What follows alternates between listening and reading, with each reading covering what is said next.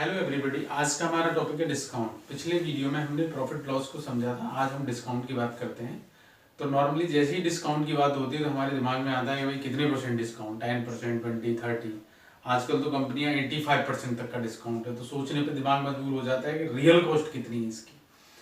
तो खैर वो तो एक डिफरेंट इशू है। बात करते हैं डिस्काउंट कैसे निकालते हैं और इसमें यूज होने वाले टर्म कौन कौन से हैं। तो सबसे पहले हम बात करते हैं एमपी।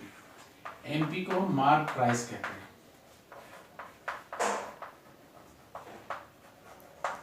मार्क प्राइस वो प्राइस है जो किसी प्रोडक्ट के ऊपर लिखा हुआ होता है। इसे हम लिस्ट प्राइस भी कह सकते हैं।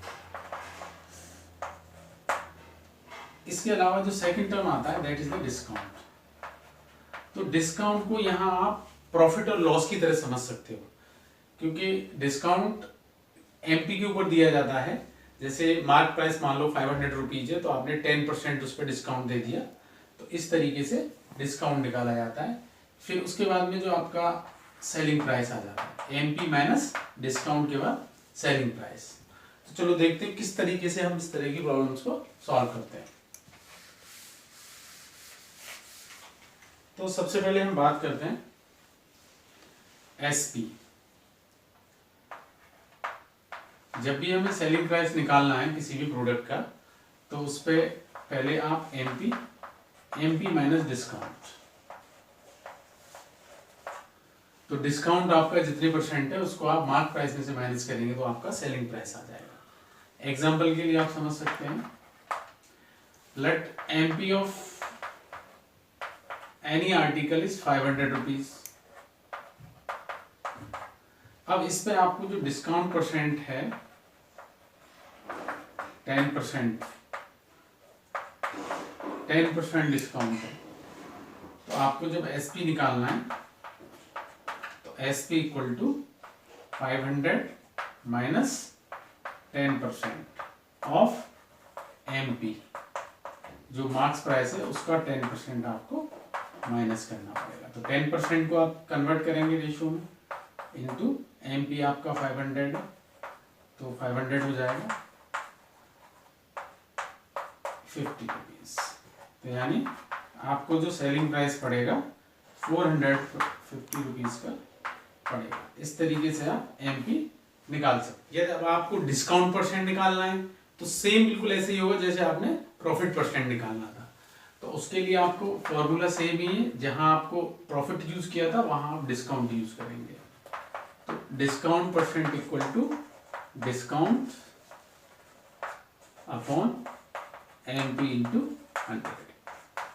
इस फॉर्मूला की मदद से आप डिस्काउंट परसेंट बड़े आराम से निकाल सकते हैं। इसी में जो प्रॉब्लम अभी हमने सॉल्व की थी उसको इस फॉर्मूला की मदद से हम किस तरीके से सॉल्व कर सकते हैं।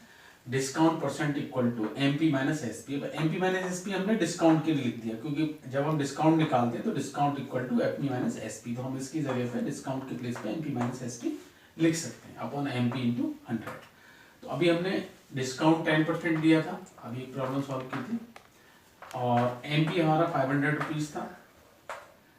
एसपी हमें पता नहीं है, निकालना है, और एमपी 500।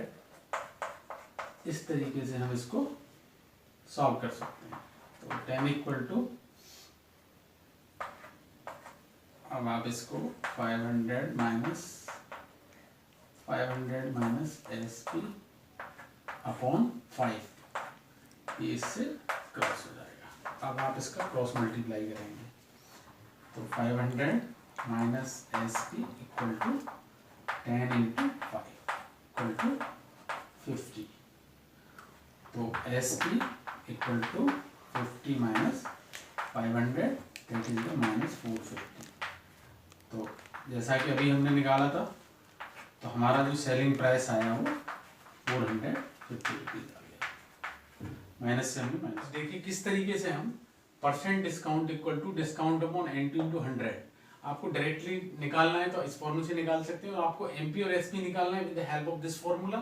तो आप किस तरीके से निकाल सकते हैं, तो जैसे आपने डिस्काउंट परसेंट इक्वल टू, अब डिस्काउंट को हम लिख सकते हैं एमपी माइनस एसपी, क्योंकि इससे पहले हम इसको समझ चुके हैं, इंटू 100।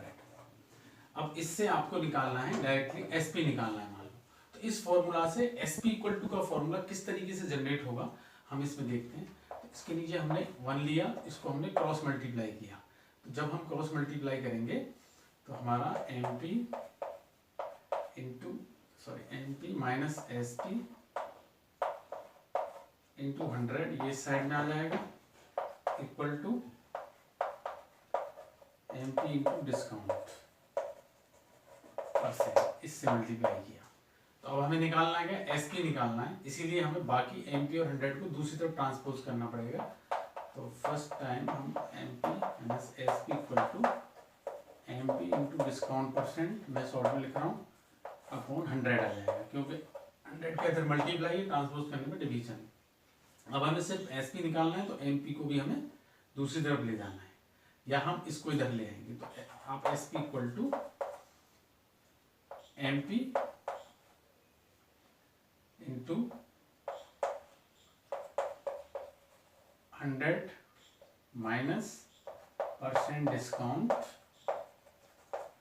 अपॉन 100।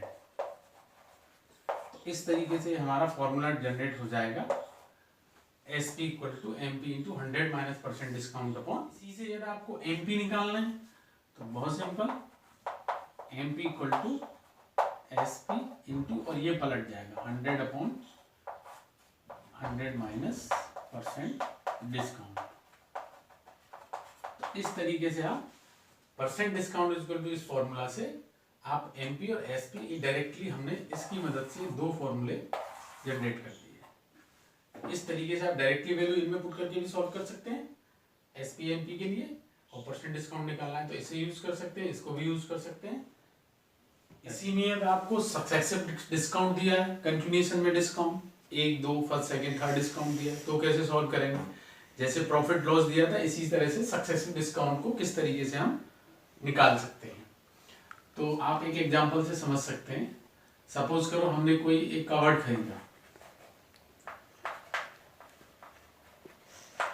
और इसका MP हमें पता नहीं है कितना है, तो हमने इस पर जो फर्स्ट डिस्काउंट दिया वो 12.5%।